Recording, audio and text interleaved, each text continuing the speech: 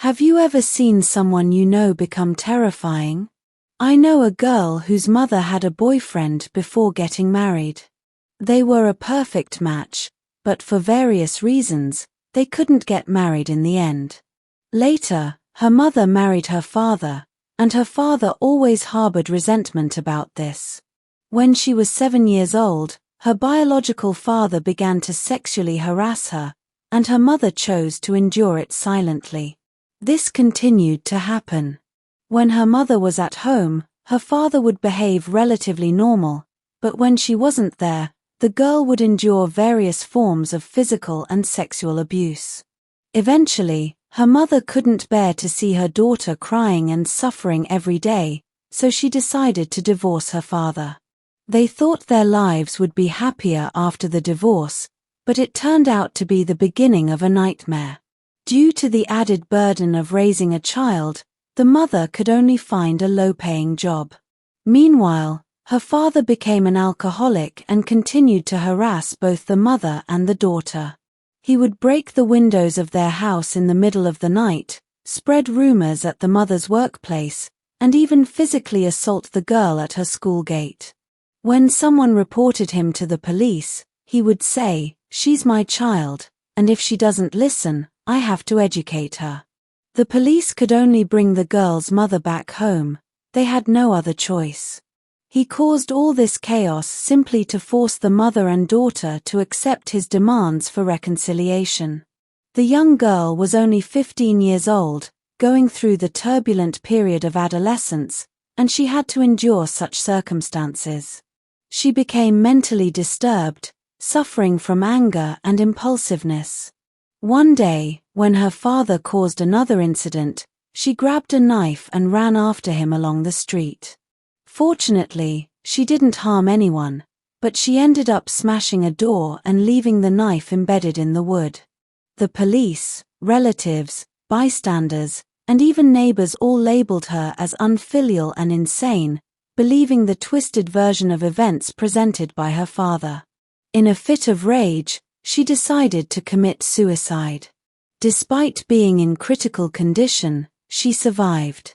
At that time, her father and relatives never visited her even once. The only person who came was her mother, demanding compensation for the broken door.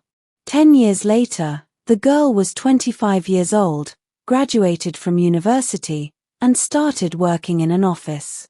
Once again, her father appeared, causing a scene outside her workplace, shouting that she didn't take care of her biological father and didn't care about his life or death. He cursed and caused a commotion, causing people around to point fingers at the girl. This time, she didn't do anything. She just leaned close to her father's ear and said, "If you want someone to take care of you before you die, tomorrow I can give you a proper funeral." After all, it's not illegal for a crazy person to kill someone, right? Her father immediately left without saying a word. If she had escalated the situation further, even involving the police, the one who would have suffered in the end would still have been the girl. I don't know who is the more terrifying person in this story, her father or the girl herself. After all, as they say, what happens behind closed doors is different from what happens outside. Oh, I forgot to mention, I am that girl. Skills to read people and judge life you should know. If someone is talking incessantly and you can't get a word in, drop something on the floor, a key, pen, etc. As you bend down to pick it up, start speaking. This way, you might interrupt them without them realizing it.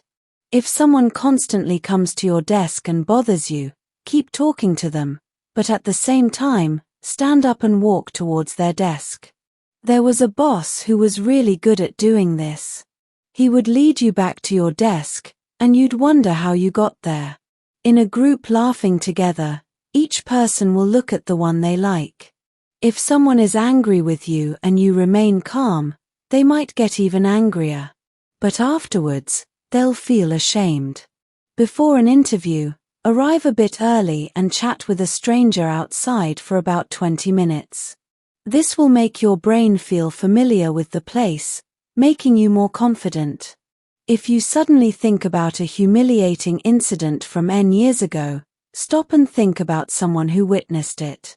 Do you remember any embarrassing moments they've had? Probably not. Similarly, no one will remember your embarrassing moments from N years ago. If you lack motivation to learn a skill, a musical instrument, a foreign language, etc., tell yourself you'll sit down and study for just 5 minutes. Most likely, you'll end up sitting down and not just studying for 5 minutes.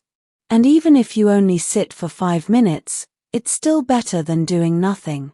People will use the adjectives you use to describe others and apply them to you. This phenomenon is called unconscious transfer. If you say someone is very kind, sincere, others will associate you with those virtues. If you say negative things behind someone's back, others will also link those negative comments to you. If you feel someone is watching you, you can look at your wristwatch or where your watch would be. If that person is indeed watching you, they'll unconsciously look at their own wristwatch or where they would wear a watch. Another way is to yawn, then see if the person yawns too. If they do, then indeed they are observing you. Because yawning can be contagious. If someone wants to embarrass you in front of many people, treat them extremely politely. This will make them stop or make them feel foolish on their own. If you feel your boss is about to scold you in a meeting, try sitting closer to them. Yelling at someone sitting nearby can make the boss feel very uncomfortable. As a result, their words will soften a bit. To learn or remember certain events, the best way is to explain them to someone else. When you explain things to others, you tend to simplify the matter, making it easier to remember the most important facts and information. If you have a disease or procrastination habit, but you have an urgent task to complete, before going to bed, you can think about it a bit. This will impress your subconscious, prepare you to face the issue, and outline a plan to solve it. When you start working, it will be much simpler. Here's a fun little experiment. When talking to someone, pick a word from their conversation. When they mention that word, nod or make a positive supportive gesture. Soon, you'll notice that they start using that word more often. Want to appear friendly and confident to a new acquaintance? Practice remembering the color of their iris. You don't necessarily have to mention this to them. Once you get used to using this method, the frequency of your eye contact with them will increase, making you appear confident and friendly. If you want someone to be honest with you but they only tell you part of the story, stay silent and look them in the eye for a while. If you're feeling nervous or anxious about something, instead of biting your nails or smoking, try chewing gum. Our brains are quite peculiar. They automatically feel safer when we're eating something. If you're feeling anxious and eye contact is making you feel too pressured, try looking between the other person's eyes. This also makes you appear friendly and confident. Kids refusing to eat vegetables? Don't directly ask them if they want to eat broccoli, or any vegetable. You can ask them if they want 3 or 4 pieces of vegetables, the quantity determined by you. This will make the child feel like they're making adult decisions and voluntarily eating vegetables. Feeling down? Try fake smiling, tricking your brain into thinking you're genuinely happy. The brain and body have a reciprocal relationship. Ultimately, both fake and genuine smiles have similar effects on the nervous system. This means that fake smiling, or any other way to show happiness, can improve your mood. Of course, this applies only to occasional unhappiness. If you're experiencing prolonged depression, please don't fake happiness, seek professional help. Pay attention to your feet. Feet are also part of human body language. For example, if you approach someone and they turn towards you but their feet are not pointing towards you, they might prefer being alone. When you're talking to someone and their feet are pointing away, they might want to leave. There's a psychological phenomenon called the Franklin effect. Specifically, when you ask someone for a small favor, it creates a psychological effect that makes the other person like you. So, those who have helped you before will be more willing to help you again, rather than those you've helped. Don't be the one in the middle.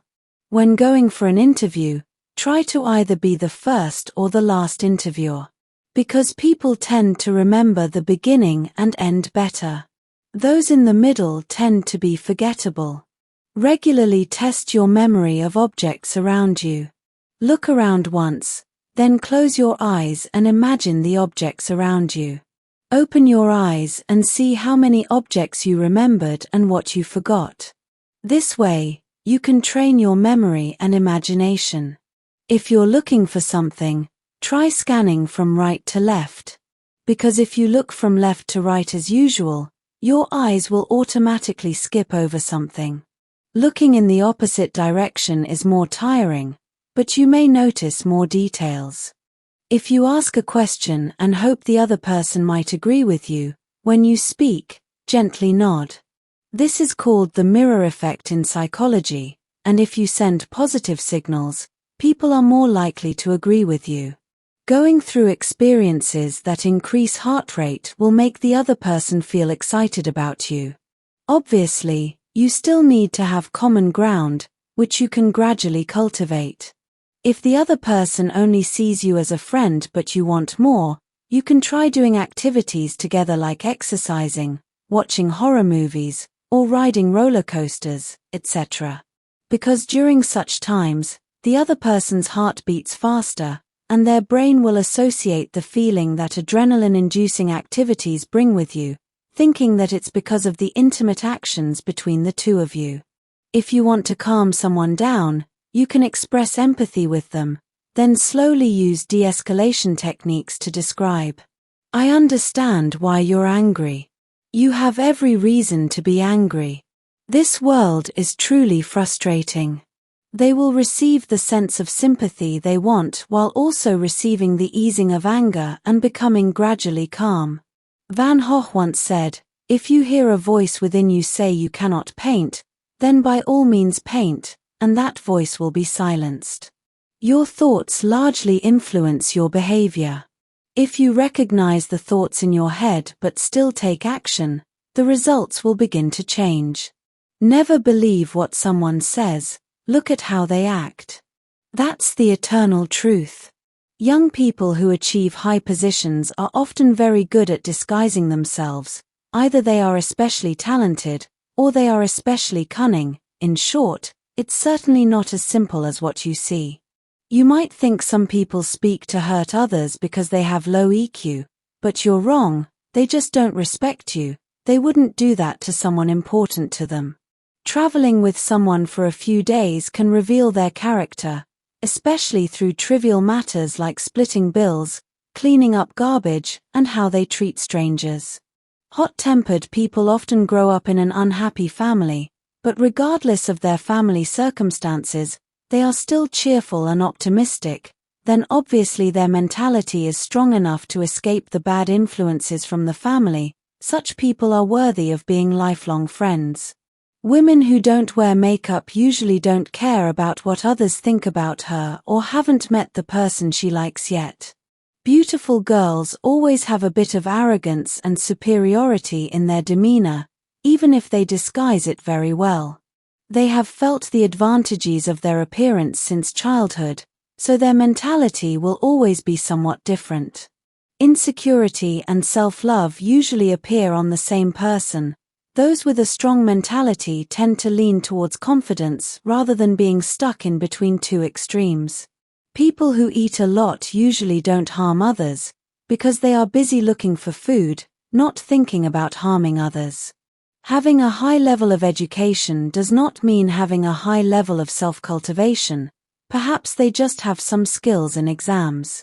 Sincere admirers of celebrities often have very simple personalities. Those dubbed as kings of fun usually have a very optimistic and cheerful personality.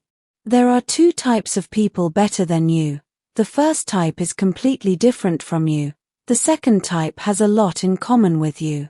The admiration and jealousy of people for the second type always far exceed the first type. People who are universally loved either have very good personalities, or they live very tired lives. Everyone doing anything doesn't want to waste effort, a weak worldview, losing weight is not easy to succeed, only caring about personal interests. Seeing someone's hard work rewarded feels effective, they often feel grateful, and will easily perceive the joys in life better than normal people. Men always think they have the right to choose women, but in fact they come to women not to choose but to be chosen by women. In every woman's life, there are many men who come and go. They approach, court, and get to know many, countless even. Men think they are courted by many women and then choose the one with the loveliest personality. But in reality, the one who chooses how far the relationship goes is the woman, not the man. Men often confuse women's character with their attitude.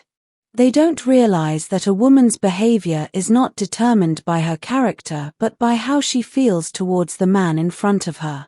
Whether gentle or fierce, emotional or indifferent, strong or weak, it depends on who the man is, what place he holds in the woman's heart.